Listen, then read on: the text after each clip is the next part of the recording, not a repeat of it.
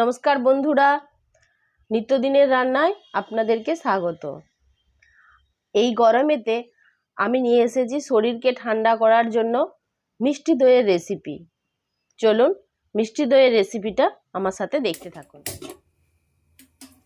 গ্যাসটা জ্বালিয়ে নিলাম, কড়াটা বসিয়ে দেব। কড়াটা একটু তেতে গেলে এর মধ্যে আমি চিনি দিয়ে দেবো।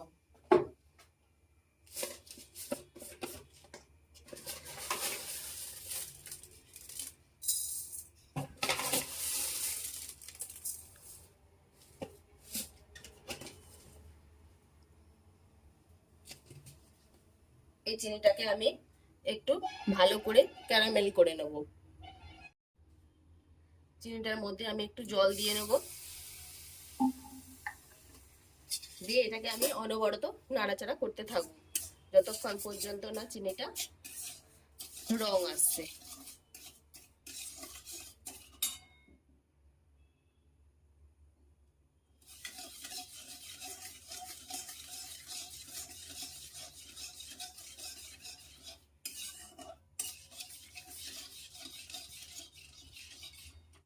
কালারটা আসছে,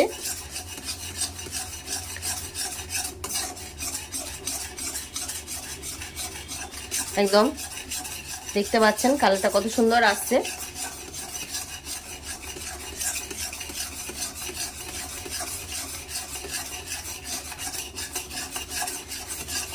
এই মতো অবস্থায় আমি গ্যাসটা অফ করে দেবো। দেখুন কালারটা খুব সুন্দর চলে এসছে। এখন আমি এটার মধ্যে দুধ দিয়ে দেবো।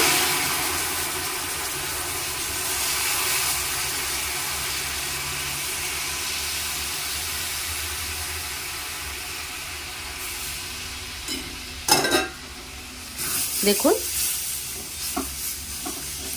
খুব সুন্দর কিন্তু একটা কালার চলে এসেছে। এটা আমার মিষ্টি দইয়ের জন্য এই কালারটা লাগবে। আমি যদি ওই চিনিটাকে এভাবে কালার করে নিয়ে দুধের মধ্যে দিয়ে দিতাম তাহলে অনেক সময় কি হয়, দুধটা কেটে যায়। তাই আমরা আগে আলাদা কড়াতে কালারটা এনে নিলাম, এরপর আমি বাকি প্রসেসটা দেখাচ্ছি। দেখুন আমি দই পাতার জন্য যে দুধটাকে গরম করতে বসিয়ে দিয়েছি, আমি আগেই দুধটাকে ফুটিয়ে জাল দিয়ে আধসের করে নিয়েছি। কারণ দুধের ঘনত্ব দেখেই বুঝতে পারছেন আমি 1 সের দুধ ছিল, মানে যেটা 1 কিলো, দুধটাকে আমি হাফ কিলো করে নিয়েছি। দুধটাকে আমি একটু গরম করে নিচ্ছি, দিয়ে এই কাপের মধ্যে আমি কিছুটা দুধকে তুলে নিচ্ছি।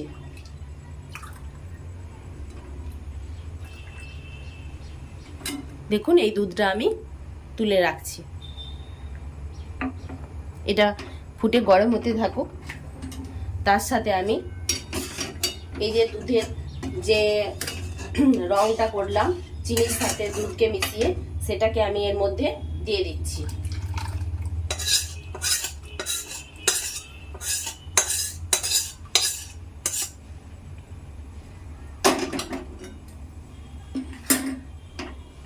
দিয়ে নাড়াচাড়া করব। দেখুন দুধটার কত সুন্দর কালার এসেছে। বাইরেতে আমরা মানে দোকান থেকে দই কিনে খাই, সেই দইয়ের থেকেও নিজের বাড়িতে পেতে যদি দই বানান এবং সেটার টেস্ট কিন্তু অপূর্ব আসে, কারণ সেখানে ভালোবাসার ছোঁয়া থাকে। এই দুধটাকে চলুন আরও একটু ফুটিয়ে নিই। আর যেই দুধটা আমি তুলে রেখেছিলাম সেই দুধটার মধ্যে একটা আমুলের পাতাকে আমি এর মধ্যে দিয়ে দিচ্ছি, দিয়ে ভালো করে আমি এটাকে গুলিয়ে নেব।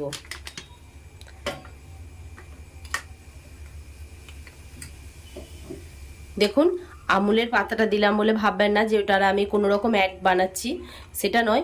আমার ওই দুধটা দিয়ে দই বানাতে ভালো লাগে, সেই জন্য আমি ওই দুধটার কথাই বললাম। যদি আপনাদের মনে হয় অন্য কিছু দিতে চান অবশ্যই দিতে পারেন। দেখুন এটাকে ভালো করে আমি গুলিয়ে নিয়েছি।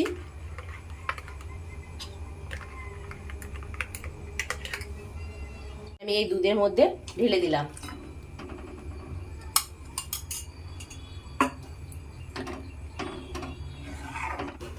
দুধটার মধ্যে আমি চিনি মিশিয়ে দিচ্ছি। চিনিটা প্রায় 100 গ্রামের মতন দেবেন, কারণ মিষ্টি দই একটু মিষ্টি মিষ্টি ভালো লাগে। দিয়ে এটাকে আমি আরো কিছুক্ষণ নাড়াচাড়া করতে থাকবো, যতক্ষণ পর্যন্ত চিনিটা না দুধের সাথে মিশে যাচ্ছে।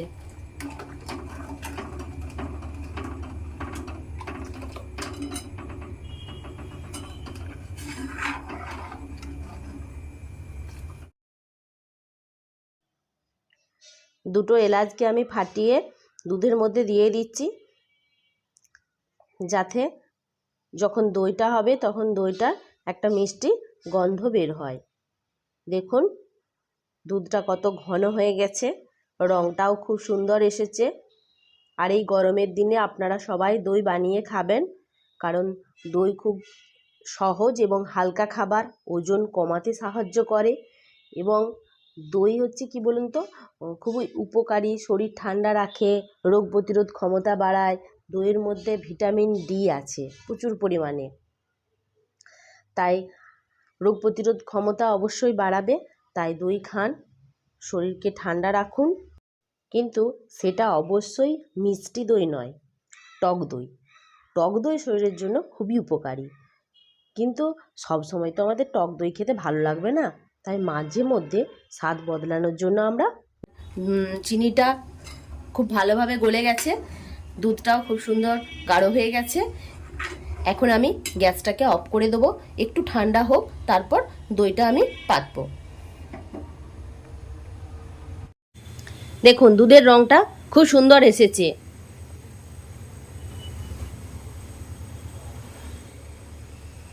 দেখতেই পাচ্ছেন দুধটা ঠান্ডা হয়ে গেছে। আমি যেটাতে দই পাতবো এই টিফিন কৌটোটা নিয়ে নিয়েছি, কারণ আমার কাছে কাঁচের কোনো পাত্র নেই। আপনাদের কাছে কাঁচের কোনো পাত্র বা মাটির কোনো পাত্র থাকলে তার মধ্যেই পাততে পারেন। আমার কাছে টিফিন কৌটোটা আছে, আমি এই টিফিন কৌটোটার মধ্যেই, আপনাদের কাছে কাঁচের কোনো পাত্র থাকলে আপনারা সেটাতে পাততে পারেন, বা কোনো মাটির জায়গা থাকলে তার মধ্যেও পাততে পারেন। আমার কাছে এই স্টিলের টিফিন কৌটোটাই আছে, আমি এটার মধ্যেই দই পেতে থাকি। আপনারা দেখেছেন, আজকেও আমি এটাতেই পাতবো। আর সঙ্গে দেখুন আমি দইয়ের যেটা বীজ সেটা নিয়ে নিয়েছি। চলুন আমি দইটা পেতে নিই।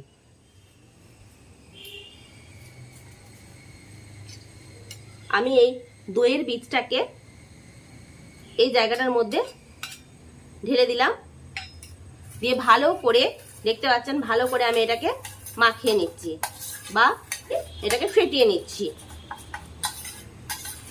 এইভাবে ফেটিয়ে নিলে দইটা খুব সুন্দর বসবে। দেন আমি এই দুধটাকে আমি, দেখুন এমন গরম আছে, এর মধ্যে আমি হাত দিচ্ছি, হাত দিয়ে কিন্তু আপনি হাতটা ডুবিয়ে রাখতে পারবেন, সেই মতন থাকলে তবেই দুধটা পাতবেন। যদি এর থেকে বেশি গরম থাকে তাহলে কিন্তু দুধটা কেটে যাবে।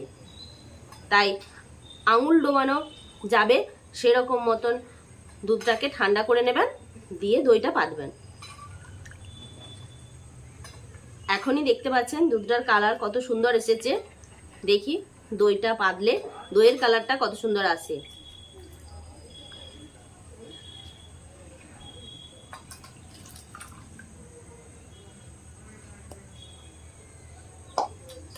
আমার এই ভিডিওটা লাইক শেয়ার কমেন্ট করবেন। ফেসবুক পেজ থেকে দেখলে পেজটা ফলো করে দেবেন, আর ইউটিউব চ্যানেল থেকে দেখলে সাবস্ক্রাইব করে পাশের বেল আইকনটা প্রেস করে দেবেন, যাতে আমার দেয়া যে কোনো রান্না আপনাদের কাছে আগে পৌঁছে যায়।